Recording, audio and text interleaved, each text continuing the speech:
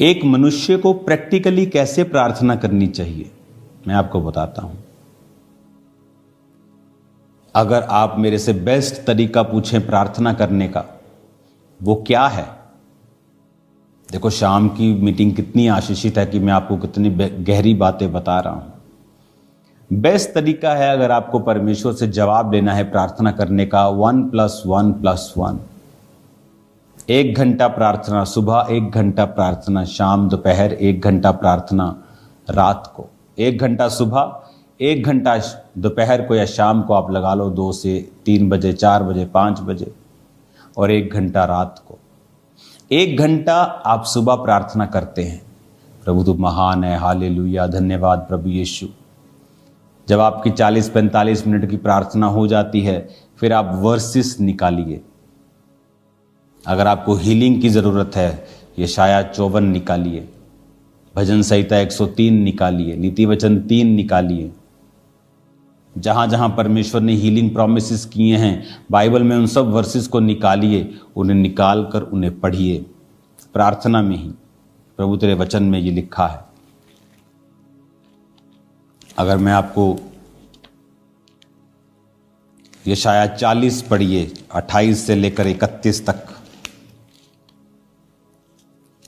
भजन संहिता 103 पढ़िए, जहां पर परमेश्वर ने लिखा है कि वो तेरे अधर्म को क्षमा करता है और तेरे रोगों को चंगा करता है।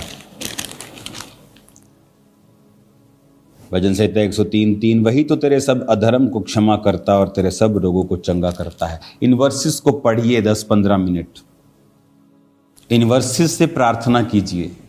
उसके बाद अगर आपके पास अनॉइंटिंग ऑयल है, अपने आप को उससे मसा कीजिए। लास्ट में थैंक्स कीजिए, प्रभु तेरे कोड़े खाने से मैं चंगा हो चुका हूं, तेरा थैंक्स करता हूं, आमीन कर दीजिए। दोपहर को फिर 40-45 मिनट प्रार्थना, फिर वर्सेस के साथ परमेश्वर के सामने अपनी वर्सेस से रखनी।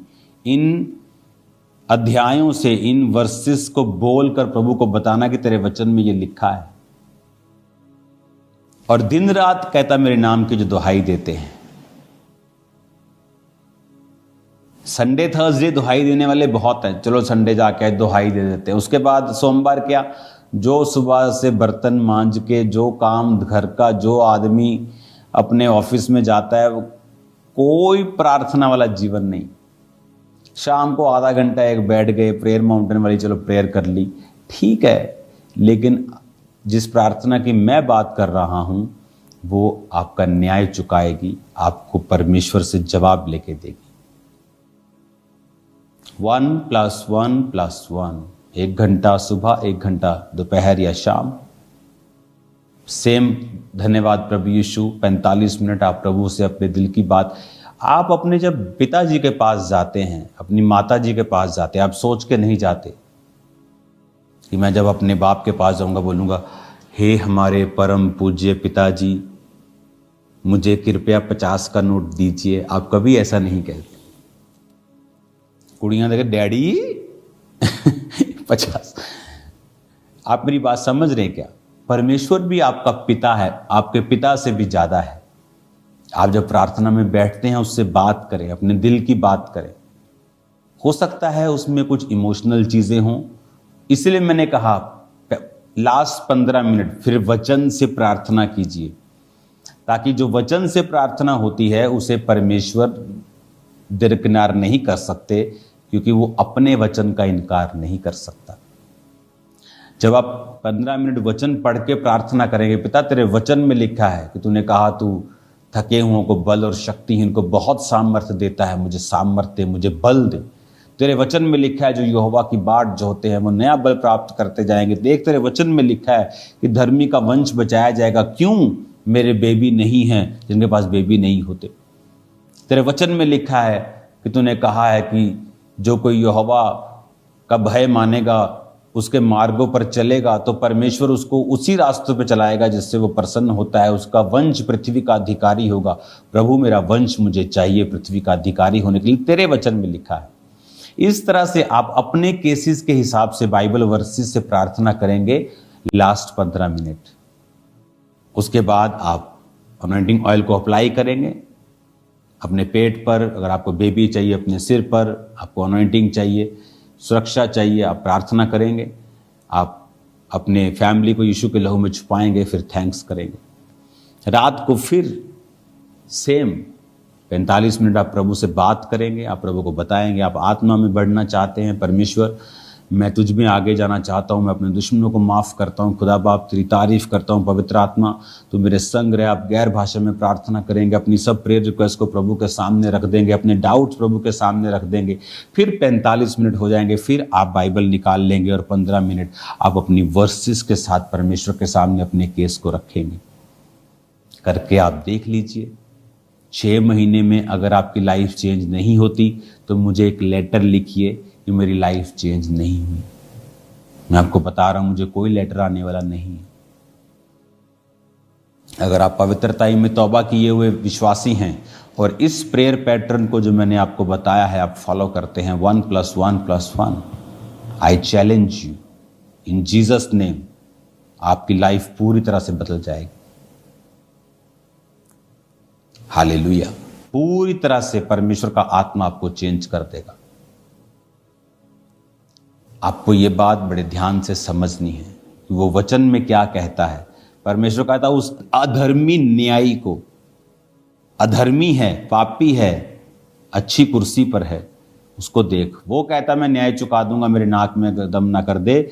तो कहता तुम मेरे नाक में दम करो। कैसे? शब्दों से नहीं, अपने इमोशंस से नहीं, वचन के साथ। वो वचन का इनकार नहीं कर सकते। वैसे मैंने कहा 45 मिनट पर करो प्रार्थना। उस 45 मिनट में प्रभु के सामने अपनी चीज़ों को रखो, डाउट्स को रखो, उसे शेयर करो, गैर भाषा के साथ भी प्रार्थना करो ताकि आत्मा के साथ भी आपकी प्रार्थना हो जाए। फिर 15-20 मिनट वचन के बीच से करो प्रार्थना। ये नहीं एक बार कर ली फिर 2 दिन बाद कर ली। नो, सुबह, दोपहर, शाम, सुबह, दोपहर, शाम। टीबी का डॉक्टर जब टीबी की दवाई देता है बोलता है एक दिन भी मिस की ना तो दोबारा से कोर्स शुरू होगा।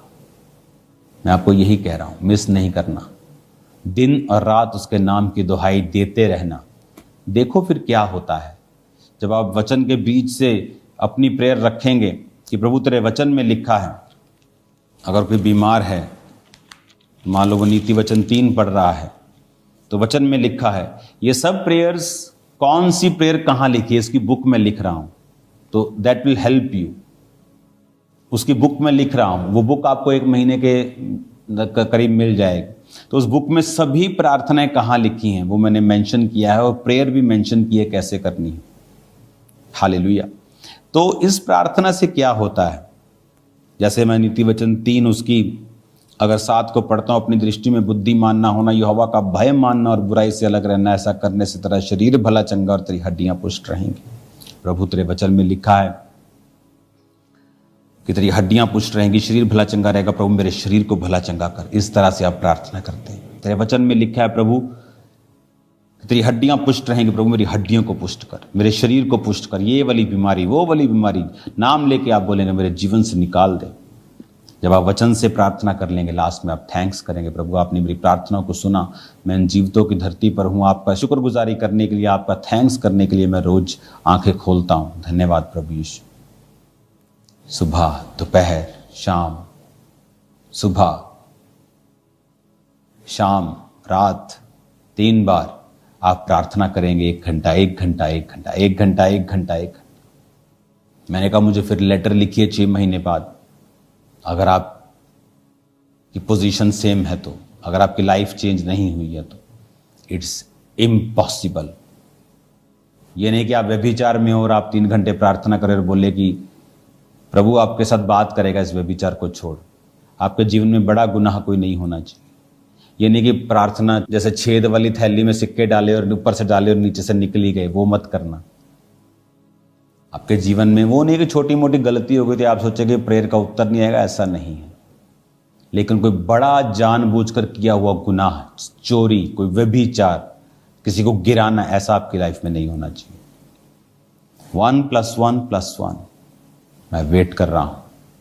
ये वचन आपकी लाइफ को चेंज कर देगा। आप देखिए फिर, अगर आपका बच्चा नहीं प्रभु में है, 45 मिनट के बाद वंशों की प्रार्थना में वर्सेस के साथ कीजिए।